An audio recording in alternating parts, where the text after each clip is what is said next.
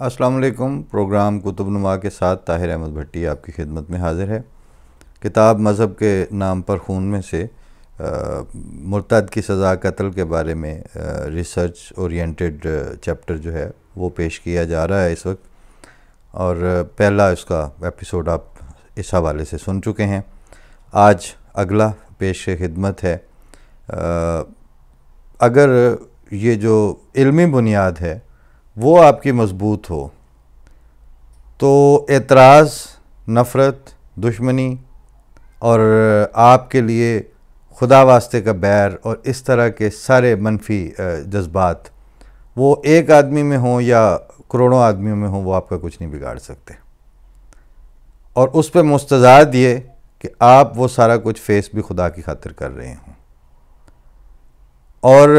آپ کے جو مخالفین اور متشدد دھڑے ہیں وہ سارا کچھ اپنے نفس، اپنے سیاسی ایجنڈوں اور اپنی پاور گیمز کے چکر میں کر رہے ہوں،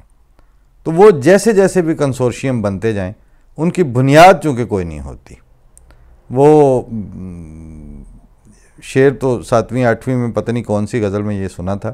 لیکن اسی طرح ذہن میں رہ گیا ہے کہ مجھے روتے ہوئے دیکھا تو کیا وعدہ پھر آنے کا، کہ ایک بہتے ہوئے پانی پہ بنیاد مکان رکھ دی۔ یہ بہتے پانیوں پر محل تعمیر کرنے والے ہوتے ہیں، اور اس طرح جب آپ کو معین طور پر حوالوں سے مزین، تاریخ سے سپورٹڈ اور انسانی فطرت اور انسانی شرافت کے ساتھ گندھی ہوئی جو تعلیم اور موقف ہیں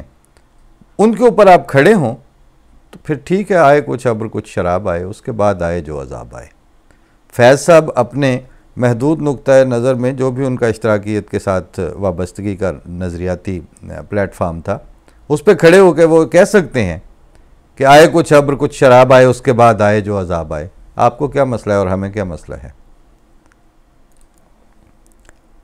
بات آگے تسلسل میں صفحہ نمبر 102 پہ ہے کہ دوسرا امر قابل غور یہ ہے کہ قرآن کریم جو مذاہب کی تاریخ پیش کرتا ہے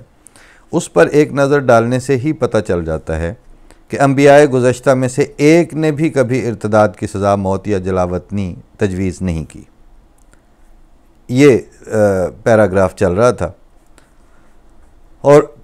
تیسرا فیصلہ کن امر یہ ہے کہ قرآن کریم حضور صلی اللہ علیہ وسلم کے زمانہ کی جو تاریخ پیش کرتا ہے وہ واضح طور پر اس خیال کو باطل اور بے بنیاد قرار دے رہی ہے، اور حضرت صلی اللہ علیہ وسلم کے زمانہ کی قرآن کریم کی پیش کردہ تاریخ سے متعلق مسلمان علماء تو کیا تمام یورپین مستشرقین بھی خواہ کیسے ہی متعصب کیوں نہ ہوں، یہ تسلیم کیے بغیر نہیں رہ سکتے کہ یہ بغیر کسی شک کے قابل قبول ہے۔ قرآن کریم کے پیش کردہ جن تاریخی حقائق کی طرف میں نے اشارہ کیا ہے ان کا تفصیلی ذکر انشاءاللہ اس باب کے آخر پر کیا جائے گا۔ بہرحال یہ تینوں دلائل اکیلے بھی ایسے وزنی اور ٹھوس اور واضح ہیں کہ ان کے مقابل پر ہر دوسری دلیل ٹھکرائی جانے کے لائق ہے، اور امور کو چھوڑ کر صرف حضرت صلی اللہ علیہ وسلم کی صفت انصاف پر ہی نظر کی جائے تو قتل مرتد کے نظریے کی عمارت ریت کے قلعے کی طرح خود بخود مسمار ہو جاتی ہے۔ مودودی صاحب اگر اس کے مقابل پر یہ دلیل پیش فرمائیں کہ بہت سے جید علماء اسلام اس نظریے کے قائل تھے تو مولانا کے اس استدلال کو میں ایسا ہی سمجھتا ہوں جیسے کوئی شاخ اول اور جڑ کو آخر کر دے۔ یہ علماء خواہ کتنے ہی بڑے مقام پر کیوں نہ ہوں پھر بھی امور شرعیہ میں غلطی سے پاک نہیں ہیں، مگر ہمارے آقا حضرت محمد صلی اللہ علیہ وآلہ وسلم غلطی سے پاک تھے، اس لیے اگر 1400 سال میں مختلف اوقات میں پیدا ہونے والے تمام علماء بھی بیک آواز کوئی ایسی بات کہیں جسے تسلیم کرنے سے حضرت محمد صلی اللہ علیہ وسلم کی صداقت، امانت، دیانت اور عدالت پر کوئی حرف آتا ہو تو میں اسے تسلیم کرنے کے لیے ہرگز تیار نہیں، کیونکہ میں جانتا ہوں کہ یہ علماء اپنے اعلیٰ اور بلند مرتبوں کے باوجود ٹھوکر کھا سکتے ہیں اور کھاتے رہے ہیں، مگر حضرت صلی اللہ علیہ وسلم کی صفات حسنہ غیر مشکوک ہیں۔ ان علماء کے شدید باہمی اختلافات ہی اس امر کو ثابت کرنے کے لیے کافی ہیں کہ یہ خطا سے پاک نہیں تھے۔ اگر 10 آراء ایک دوسرے سے مختلف ہوں تو بہرحال ایک ہی درست ہوگی، اور باقی 9 غلط ہوں گی، بلکہ یہ بھی ممکن ہے کہ ایک بھی درست نہ ہو۔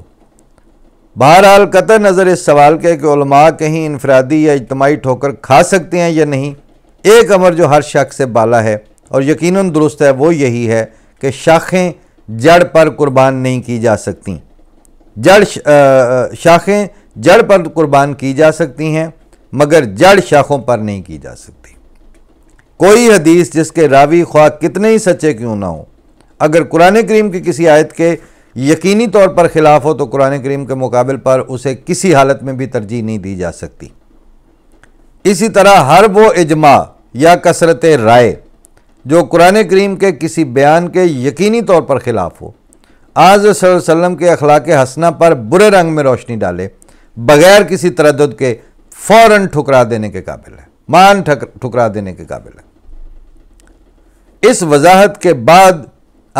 ہم اب مضمون کے اس حصے کی طرف واپس آتے ہیں جہاں ہم نے اسے چھوڑا تھا۔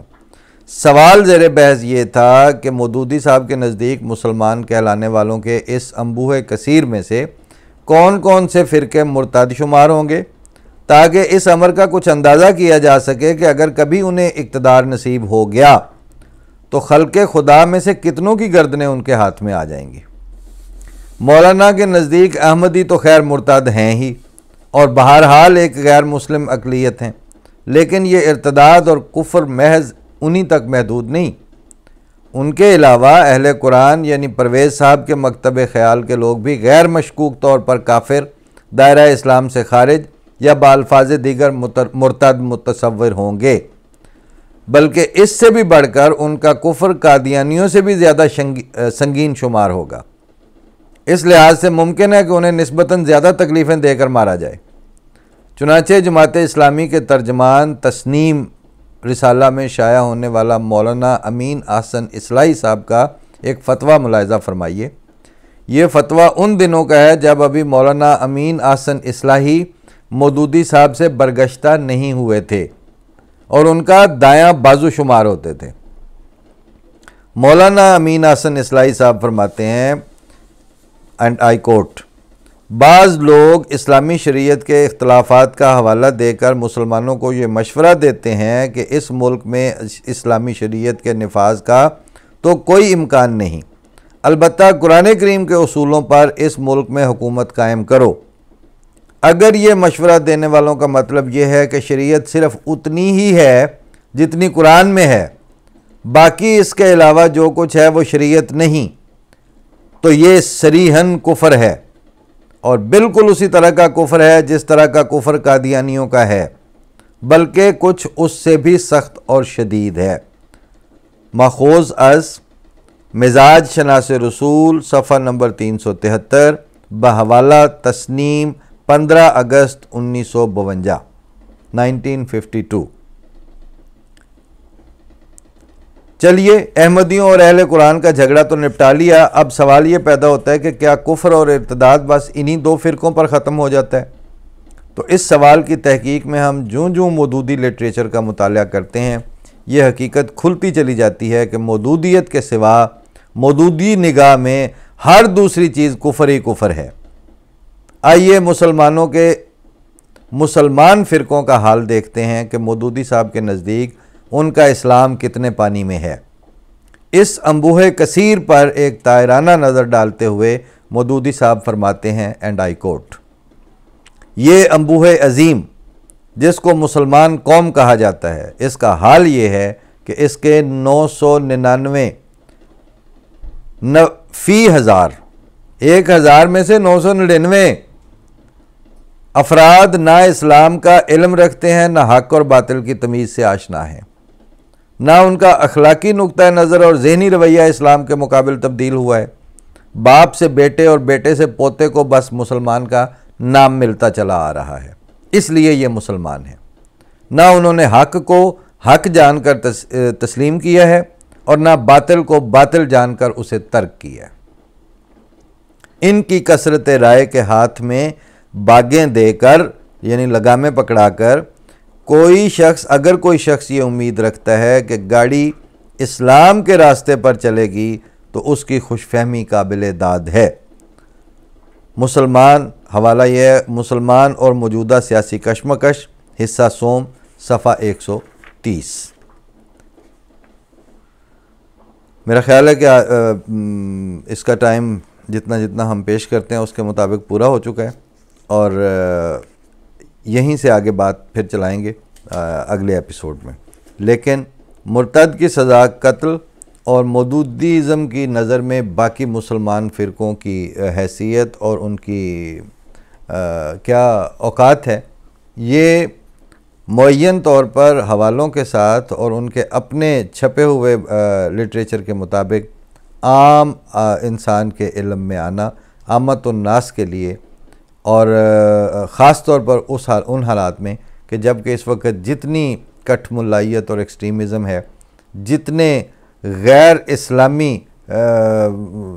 طور طریقے بنام مذہب اور بنام اسلام اس وقت وہاں پر نافذ کیے جا رہے ہیں، اور جس طرح سیاست اور ملائیت کے گٹھ جوڑ کے نتیجے میں عام آدمی کی روزمرہ کی شخصی آزادیاں پامال ہو رہی ہیں، ایسے موقع پر یہ جوابی طور پر ان کی حیثیت، ان کی اوقات اور ان کے کرتوت ہر عام آدمی کے سامنے ہونے، اس کے ذہن میں مستحضر ہونے اور اس کے بالکل ہاتھ بڑھا کر اس کی پہنچ میں ہونے بہت ضروری ہیں۔ کیوں کہ یہ سارا کچھ آپ کی جہالت، آپ کی اگنورنس اور آپ کے نہ جاننے کی بنیاد پر یہ سارے محل تعمیر ہو رہے ہیں، ورنہ آپ نے یہ سن ہی لیا ہے کہ شریعت، مولانا امین حسن اصلاحی فرما رہے ہیں کہ شریعت اگر صرف اتنی ہے جتنی قرآن میں ہے تو وہ بندہ سخت غلطی پر ہے، اور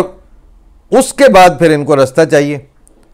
یہ بحث کوئی بھی نہیں اٹھائے گا کہ آپ ادر دین قرآن تفسیر اور تشریح اور تفصیل قرآن میں جب جائیں گے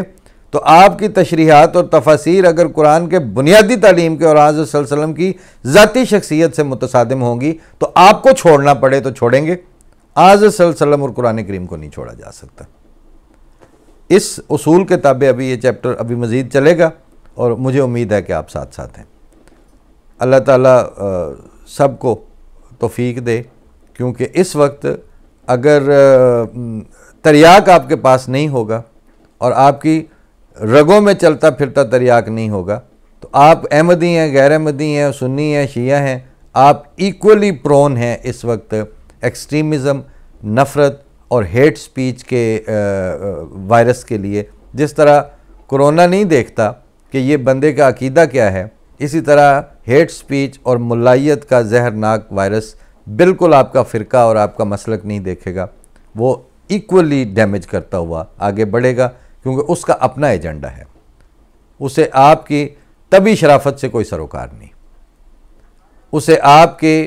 اندر عام طور پر جو میل ملنساری ہے اس سے کوئی غرض نہیں ہے۔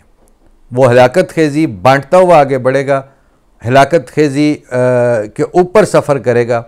اور پیچھے مڑ کر جب وہ پورا کامیاب ہو جائے گا تو تا حد نگاہ انسانیت کچلی اور مسلی ہوئی تو پڑی ہوئی ہوگی، لیکن وہ جو ذہنی، روحانی، مذہبی، سیاسی اور سماجی ترقی ہے اس کا دور دور تک نشان نہیں ملے گا۔ اس کی مین علامت آپ کو ابھی کابل اور افغانستان کے اگلے دن بھی بتائیں گے، اور جو اب تک ہو چکا ہے وہاں پہ بھی نظر آ رہا ہے۔ بس جا کے پوچھ لو مجنوں دے ماپیاں تو جڑیاں کھٹیاں انہیں کھوائیاں نے۔ اللہ حافظ۔